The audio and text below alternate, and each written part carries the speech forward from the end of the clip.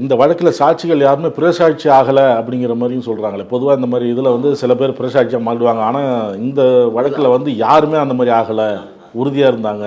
அதுக்கு ஒரு முக்கிய காரணம் வந்து இது மாதிரி ஒரு விழிப்புணர்வு தான்.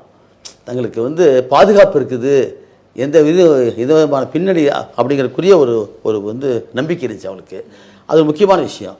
சாட்சிகள் இன்றைக்கு எல்லாம் இப்போ கூட கண்ணகி முருகேசன் கேஸில் கூட பார்த்தீங்கன்னா உச்சநீதிமன்றத்தில் கூட தீர்ப்பிலேயே அந்த சின்ன பிள்ளையை தவிர நம்ம முருகேசனுடைய சித்தி அவங்க ஒருத்தரை தவிர வேறு யாரும் சாட்சியும் இல்லை. அப்பாவே நேரில் பார்த்த சாட்சியில் பின்னால் தான் தெரிஞ்சுக்கிறார் போகிறாமே. அப்போ அவரை தவிர எல்லா சாட்சியும் பிறந்து போயிட்டாங்க. அப்போ இந்த பிறல் சாட்சியை பற்றியே ஒரு நிறைய பக்கங்கள் தீர்ப்பாக தான் வந்துருக்கு போகிறாமே. இருந்தாலும் கூட அது வந்து ஒரு நெடிய போராட்டத்தினால தான் வெற்றி பெற முடிஞ்சது. இது அப்படி இல்லை.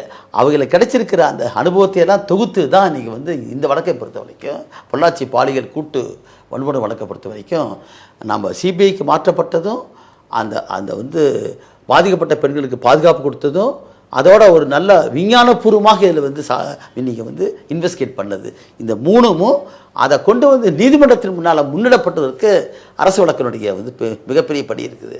அதில் அந்த இவர் மோகன் சுரேஷ் மோகன் சொல்லக்கூடிய நல்ல பணியிருந்தார் அவர். அந்த அடிப்படையில் இதெல்லாம் சேர்ந்துருக்கு காட்டி தான் இந்த வழக்கில் வந்து ஒரு நல்ல தீர்ப்பு. அதுவும் குறிப்பாக வந்து வாழ்நாள் சிறை, இதை கோகுல்தாஸ் கேஸில் தான் நாங்கள் வாங்கினோம்.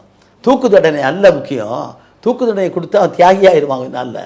ஆனால் வாழ்நாள் சிறை இருக்கானா அவன் இந்த சமூகத்துக்குள்ளார சிறையில் இருந்து கொண்டே எந்த சலுகையும் கொடுக்கப்படாமல் சமூகத்தில் இருக்கிற மாற்றத்தை பார்த்து தான் திருந்தணும்.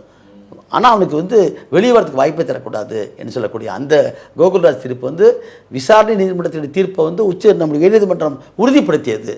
இப்போ அதே மாதிரி வந்து எனக்கு தெரிய வந்து ஒரு விசாரணை நீதிமன்றம் சாகிற வரைக்கும் உனக்கு வந்து வாழ்நாள் சிறை கொடுக்கப்பட்டது. இது வந்து 2வது தீர்ப்பாக நான் பார்க்குறேன்.